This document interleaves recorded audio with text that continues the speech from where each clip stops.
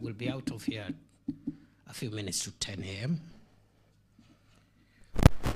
Welcome, Kenyans and fellow and friends of Kenya. And I bring you greetings from President William Ruto, who is very optimistic that this engagement will strengthen the vital relationship between the government of Kenya and our development partners. Kenya has been and continues to be a collaborative partner with the global network of nations and to effective partnerships of mutual interest. As we are all aware, development demands in Kenya and many countries far outweigh the available resources. The government is therefore implementing its commitments in partnership with yourselves, not only in alignment with our foreign policy, but also to support the fulfillment of our development objectives. The job creation and income opportunity agenda has become a critical anchor in our programming going forward. Thus, it is important to review existing programs for purposes of evaluating their currency and responsiveness to this agenda of job and income creation and other priority programs within the context of the bottom-up economic transformation agenda. Our focus on opportunities, especially those that help our nascent industries and sectors, including micro, small, and medium enterprises, is our new north. We must drive job and value creation in our programming. Where the same is not perfectly aligned, we must be willing and able to allow change. In other words, we are requesting our development partners to work with us to align existing and future programs with the priorities of Kenya, notably the priorities of the bottom-up economic transformation agenda, which is spearheaded by this administration, and also the vision, the Kenya Vision 2030 priorities. We will also be supporting the diversification of our economy to create jobs and expand the tax base. To do this, we are examining measures to support private sector enterprises operating in key development areas such as manufacturing and agriculture, and attract and retain domestic and foreign direct investment. This forum therefore remains a critical platform, not only to review the progress of our official development assistance, but also to reflect on how this assistance aligns with Kenya's national priorities. Most importantly, it's a unique opportunity to cement and fortify the partnership that we all cherish. Ladies and gentlemen, as we convene today, we must ask ourselves a fundamental question, which is, are the ODA programs and projects jointly funded by the government and yourselves, the development partners, demand-driven, or are they supply-driven? During the last DPF, concerns were raised regarding absorption rates of our jointly funded projects.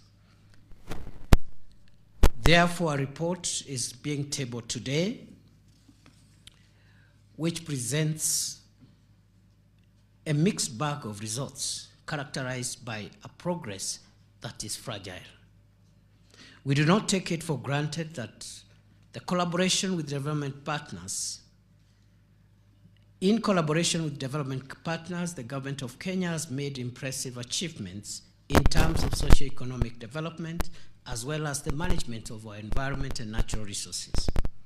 While we celebrate the milestones we have achieved together as partners, we must confront recurring challenges that continue to hinder optimal absorption of ODA. And these challenges are attributable to both sides of the partnership, with development partners and the government of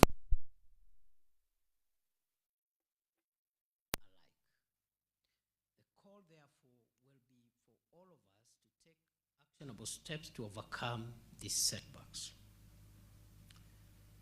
Excellencies, ladies and gentlemen, chief among these is the issue of counterpart funding. The absence of clear, predictable counterpart funding requirements embedded within the financing agreements continues to pose a serious impediment to project implementation. We have also identified the challenge of uncoordinated off-budget support, whose lack of centralized visibility presents risks such as double allocation of resources to similar projects, ineffective planning, and possible lack of accountability. Further, addressing aged, stalled, and delayed projects is essential to optimizing resources and mitigating risks, anchored by a strong monitoring and evaluation framework.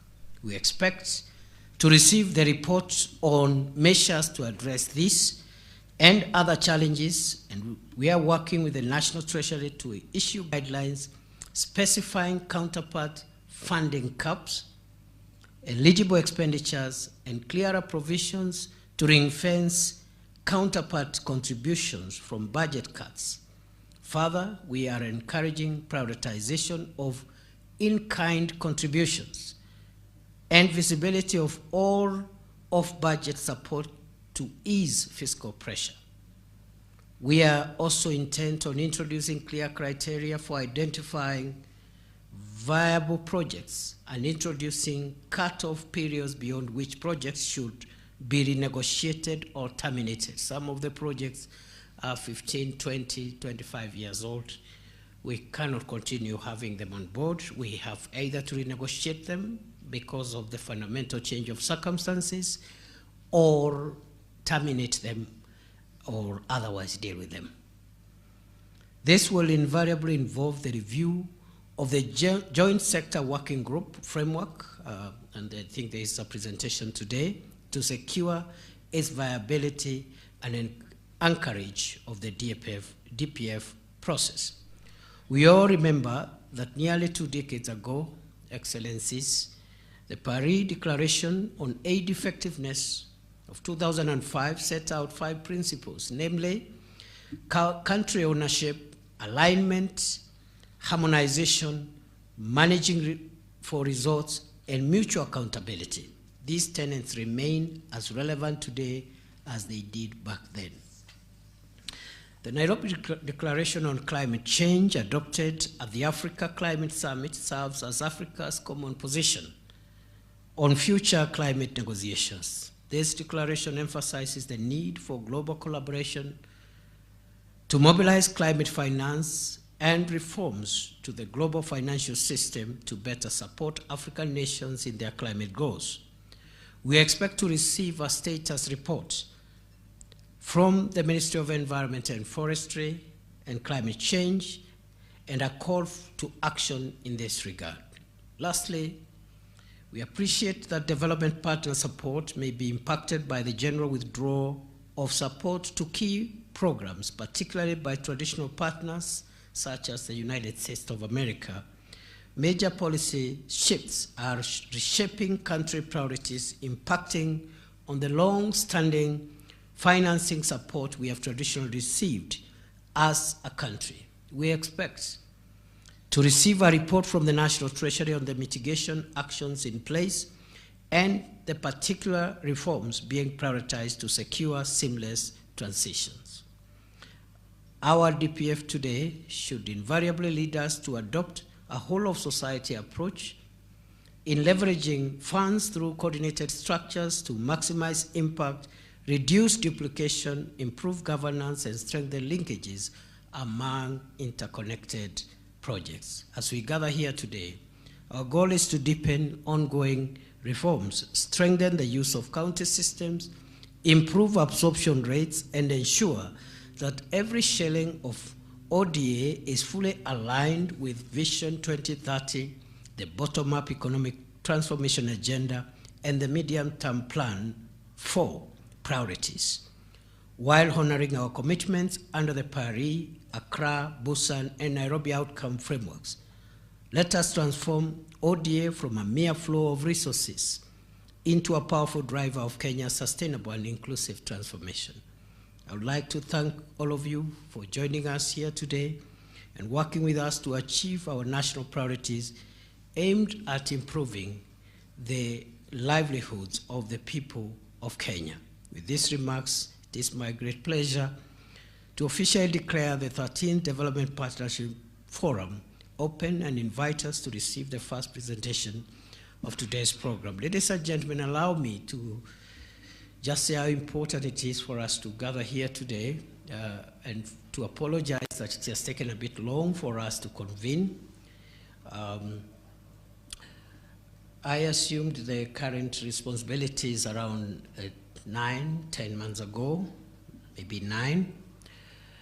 By the time I was settling in to organize ourselves for this event, I think some of you had gone on vacation 2 months ago or thereabouts, and therefore I delayed on my part, but also when I was ready, the circumstances were not also mutually aligned for us to have a meeting maybe in July. Having said that also, I just want us to really concentrate on taking this forum and its deliberations forward. So we are looking at just picking what is it, what are the sticking issues. It is counterpart funding. It is off-budget support issues. It is whether PMFA supports the kind of requests we are asking our development partners to align to. It is looking at old, stalled projects and see whether we should do with them, and so forth and so on. So if you tease out the issues, there are about 5, 6 issues, and that should not take forever. We should just look at the progress made, listen to what proposals are being put on the table, and make decisions on how we progress. And I really hope, because of the time lost in convening this DPF, the 13th one, I think the 14th one should come early, very early. And I want to propose that before we close this calendar year, maybe before Christmas, we should have another DPF so that we catch up with our responsibilities. Thank you very much.